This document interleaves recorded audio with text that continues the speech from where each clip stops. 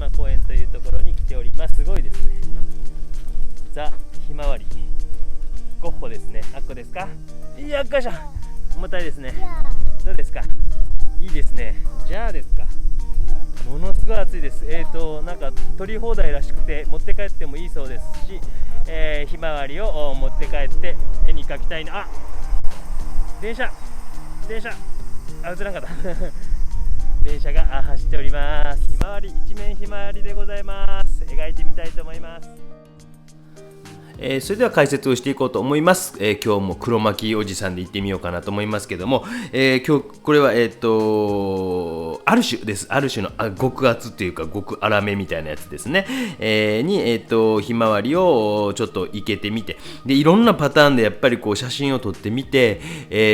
光の塩梅を微妙に変えたりとかして、花をこっちに向けてみたりとか微妙にこう変えたりしないとなかなかこうね、書き出す前本当にちょっとしたことでとかいいんちゃうかとかっていうのを考えたりします。そしてパレットなんかはこのようにグラデーションちゃんとつけておいてですね、買ったこの絵の具の箱大体グラデーションになってますので、適当に置かないようにして、置いていった方がいいかなと思います。でパレットもやっぱりこういうアルミのやつみたいなの方が長持ちすると思います。プラスチックとかのやつ、プラスチックって言いますか、やつよりもアルミとかの、パレットだけは高いやつ買って、基本色セットの、12色買ったとしたら、12色なんとなくちょっと間開けてこう置くような感じにしといてとか、48色とか何やったらもう大体これが埋まるのかな。そんな感じでやってください。でこのぐらいの段階でちょっとこうそうか、これ筆の先端とか見せてあげた方がええかもということで、途中からこう同時に、もう一つカメラを置きまして、右側ですね、こちら入りました。置きました。で水の具合とか多分ね、こうやってね水を、こう紫塗ってありますけど、水だけで今ピョンと置いて、で、水を置いてこうそこに黄色、もう生の黄色、パーマネントイエローみたいな。ひまわりはやっぱり黄色です。もう黄色をいかにもうなんていうか生に近い色というか、もうそれを触らない、もう頑張って触らないこと書きながら思いました。若干こうグラデーションとかつけたりするんですけど、なるべくこの生の黄色パーマネントって永遠のとかね、おじさんねパーマってようかな思ってね伸ばしてる最中、パーマネントオブザイヤーなんですけど、もう汚なってるからごめんなさい、帽子かぶってますけど、生の黄色みたいなのを置いておいて、あんまりそれを触らないようにしていくと。でもベタっと黄色塗るだけじゃなくて、若干こうやってグラデーションとかつけてあげたりとかすると、透明水彩の面白さっていうのも出ますので、この一番初めの段階、ファーストウォッシュみたいなのはじっくりぜひ よく見ておいてください。こういう風にですね、置いて、生の黄色ですね、もうほんとパーマネントイエローで、パレットでちょっと汚れてしまったらなるべく拭き取って、綺麗な状態のパレットで描いていった方がいいと思います。もちろんもっともっと複雑なモチーフになってきたりとかしたら、いっぱい色も使っていきますけども、とにかくこれひまわりっていうのを見せるので、この黄色をとにかく、大事に残してあげるということを考えてください。ちょっと白もこれは、ポスターカラーの白なんかも使いながら、黄色をボンボンもこの辺になるともう生の黄色ですよね。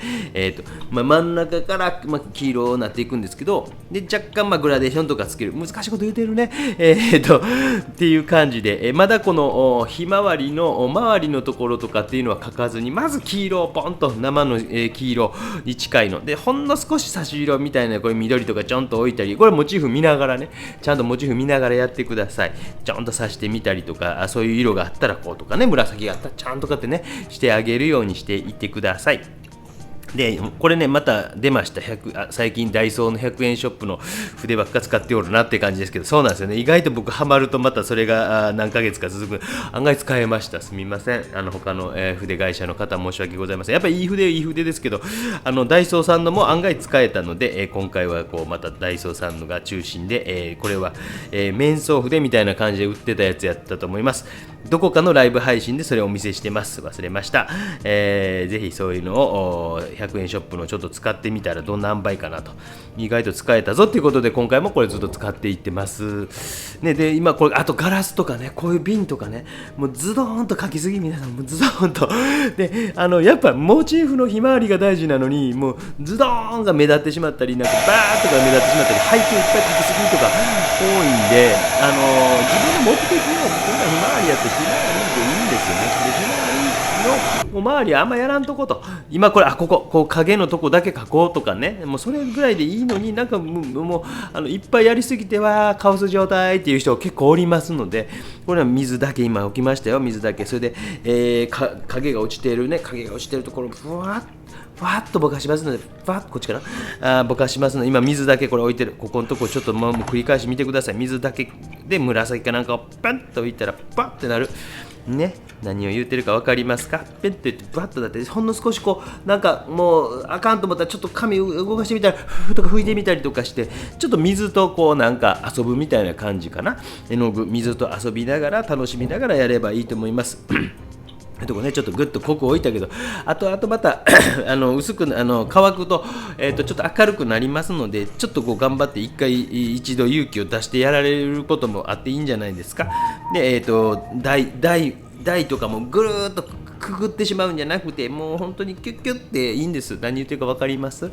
書く部分と書かない部分、そしてファーストウォッシュが終わって1層目終わってから、ようやくこのひまわりの真ん中のところの種のとこですね、そういうところを書こうかなとか、ひまわりとひまわりの葉っぱの間のこの隙間のおじさんの目のとこですね、こういうとこね、こういうところ暗くでって置いていこうかなとかってしていってます。でこの黄色をなるべく塗り残しながら、若干もちろん加筆はするんですけど、やっぱり全部書くんじゃなくて、チュッチュッチュッチュッとか言うて書いていくような気持ちでやってみてください。でやっぱこの黄色をなるべく残しながら、もう十分なんかガラスとかあれぐらいでも見えませんかね。で今隙間のところを絵の具を置いていきながら、その絵の具も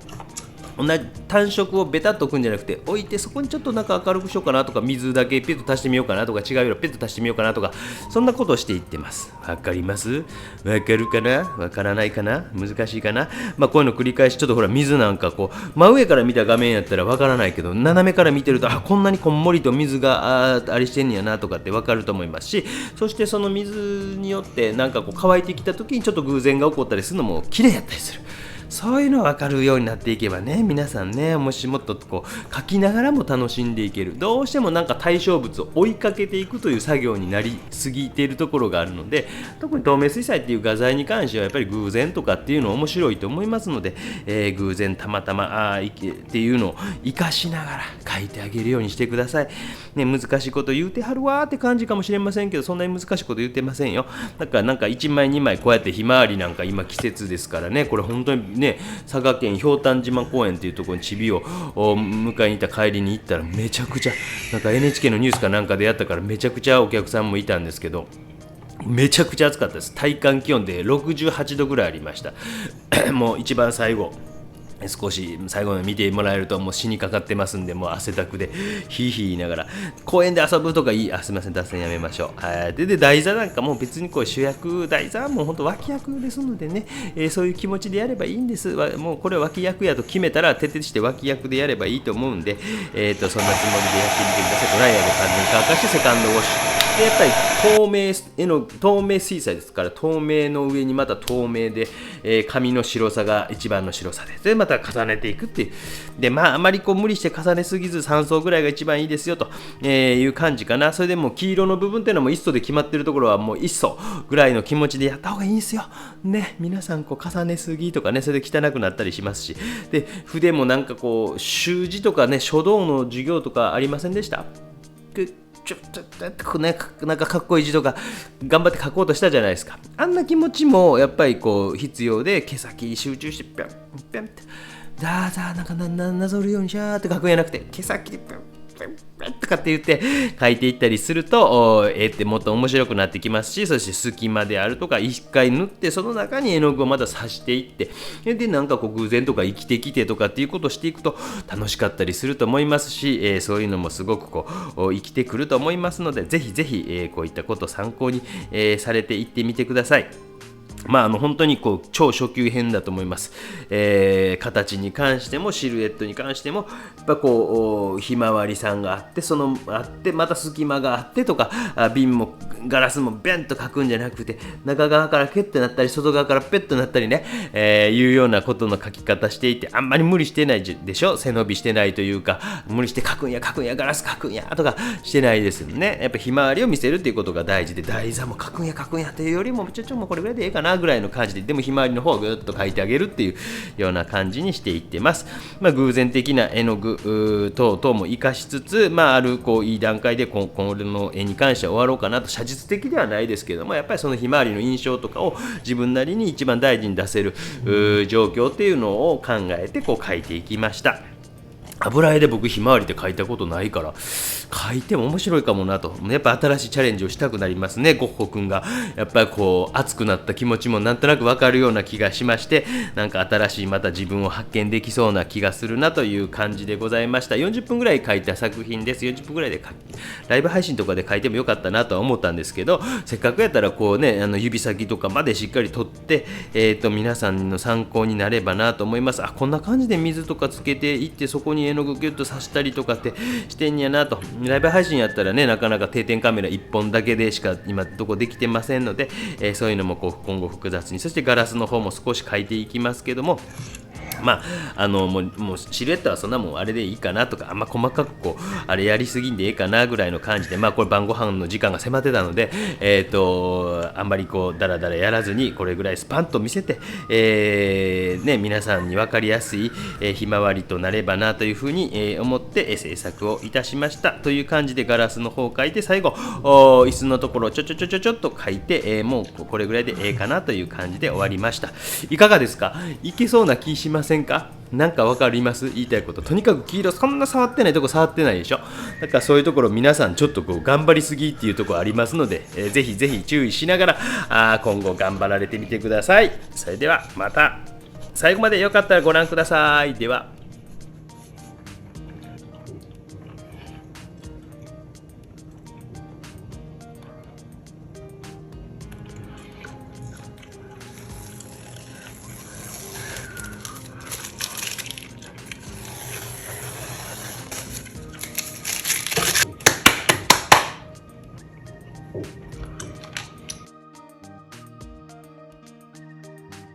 みーちゃん何してるんですか？蜂がねえ、嘘。いた、あそこにほら自分で捕まえてみ。